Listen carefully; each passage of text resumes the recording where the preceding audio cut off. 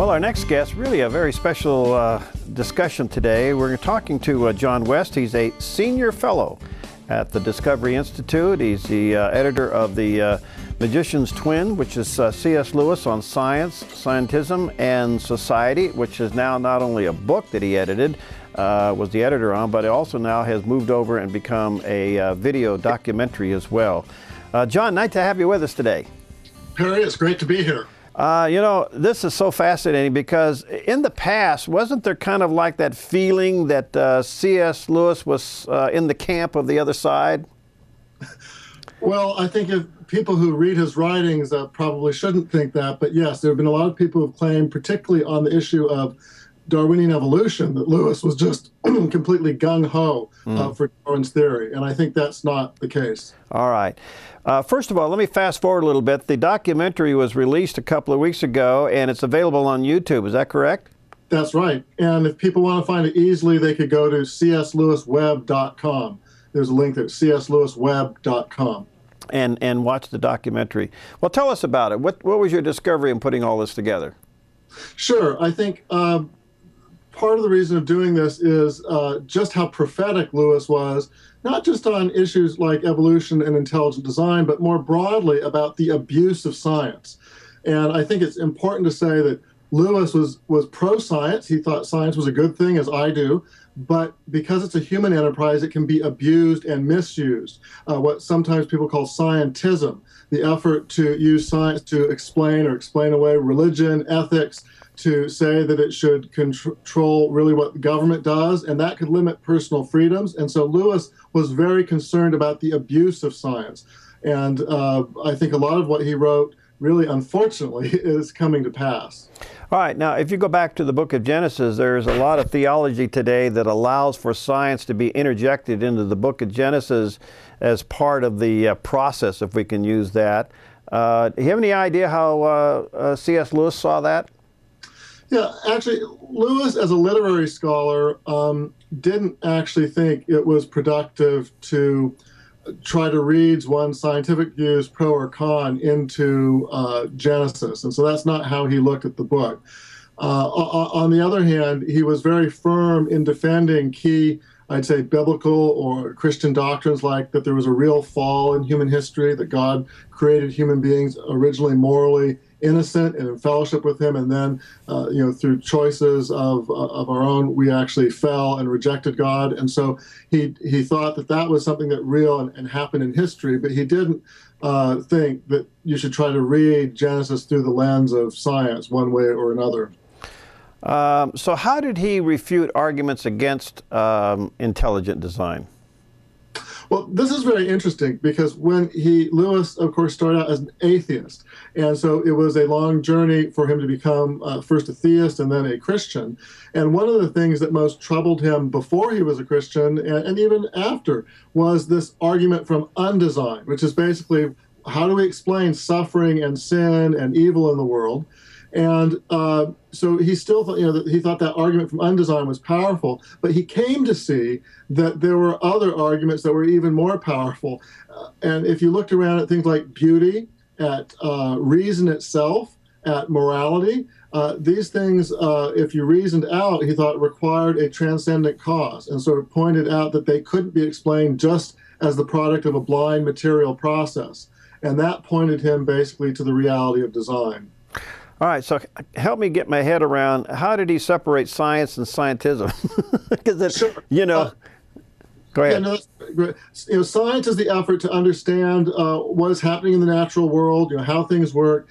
Scientism really is the claim that modern science is the only way we have a route to any truth about the world. Not just truth about how things work, but truth about where things are going, truth about morality, truth about what religion is. And so he thought that was taking science out of its proper bounds, and that science wasn't the only way we can know truth. And so scientism is that claim that that's the only way we can know truth, and because of that, those who have scientific knowledge really should guide everything we do. And Lewis was concerned near the end of his life about the rise of what he called scientocracy, the idea that experts speaking in the name of science, whether they really know about science or not, but claiming this is what we know about science, therefore the government should do X, Y, or Z, or therefore religion should do X, Y, or Z. So he actually saw science. I mean, yeah, he respected it, but he also saw it as a threat to our very freedoms. Yes, that was actually a big theme. And of course, Lewis was writing in the context of things like Nazi Germany, where there was a huge abuse of science through eugenics and killing of the handicapped for so-called scientific reasons, scientific racism. Soviet Russia, Stalin, also huge on the abuse of science. And in his own homeland of Britain, a vibrant or awful eugenics movement of people trying to breed a master race using Darwinian principles. And so this is the context, and he saw if this kept going, that there was real trouble ahead. This is somewhat hypothetical, but maybe you can answer it.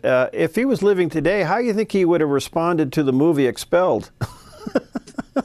Yeah, actually, well, first of all, he himself, as a Christian, suffered a lot of persecution from the forces of what today we call political correctness. He was voted down several times from becoming a professor at Oxford because he was an outspoken Christian. He was just a tutor. He had to go to Cambridge to actually become a professor. So he would, I think, really understand that. And also, he adopted as a model for his life and for something called the Socratic Club at Oxford University that he ran, follow the argument wherever it leads, really prizing a vibrant debate and allowing people to have dissenting views and through rational conversation try to seek the truth. So I think he would have appreciated some of the things that the people in Expelled were going through, this sort of really hard-nosed intolerance towards different views. He would be against that. Well, in academia, we're just not allowed to have that opposing view. Do you think there will ever be a crack in that ice? Well, I think if people insist on it, yes, because academia is funded by, in fact, Christians who are a huge proportion in certainly America end up funding either through their tax dollars or through their donations academia. And so if they were to actually insist that there be real freedom of discussion, especially for Christians in academia, it would change. But people have to decide to vote with their dollars and what they support and to make it an issue. Where do you think that Lewis would have been on some who believe that God kind of made a mistake there in early Genesis and had to recreate? Where do you think he would have been with that theology? Yeah, I am somewhat familiar with that. I don't think, well, he did in his book Problem of Pain actually talk about the problems of pain with animals and did suggest that there could have been sort of a pre-human fall that with the devil and Satan and that sort of played into it. But he didn't really actually get into that. And given how he read things as a literary scholar, he was looking for the key themes and truths and not sort of trying to reconstruct, well, what was the background behind the first two sentences of Genesis. So I don't think he would have weighed in on that. So where does the other side pick up that maybe he was with them? What did they use for that argument? Sure, good question. I think we may need to define our terms. Evolution means many different things, some of which are controversial, some of which aren't. But the two big claims of modern evolutionary theory is one, everything went back to one common ancestor. You, I, apes, fungi originally came from one primordial ancestor. But the second one, which Lewis was more concerned about, is that it was a blind, undirected process. That was classic Darwin's theory, that it's an unguided process that is based on random variations and natural selection or survival of the fittest. It doesn't have goals in view. And Lewis was very skeptical of the claim that the history of life was an unguided, undirected process. Lewis didn't object in principle actually to common ancestry, although that doesn't mean that he accepted it either. He was a little bit cagey on it, and I'd say later in life became more skeptical due to things like the Piltdown Man hoax, that was supposed to be a purported ancestor of humans that was ape-like and later turned out to be a fake fossil. Lewis was skeptical of that and was skeptical and thought it was a hoax even before it was fully exposed. So Lewis did more skeptical on that, although the common ancestry he thought Christians could believe, but he was much more down on and so that's where people, when they say, well, Lewis supported evolution. Okay, hey, listen, John, I only got a couple seconds here. Is any of Lewis's writings and thinking used now in defense of intelligent design? Well, actually, his book, Miracles, really, I think, has some key foundational ideas of how mind is important. Yeah. All right, let me encourage you to, where can they see the video again?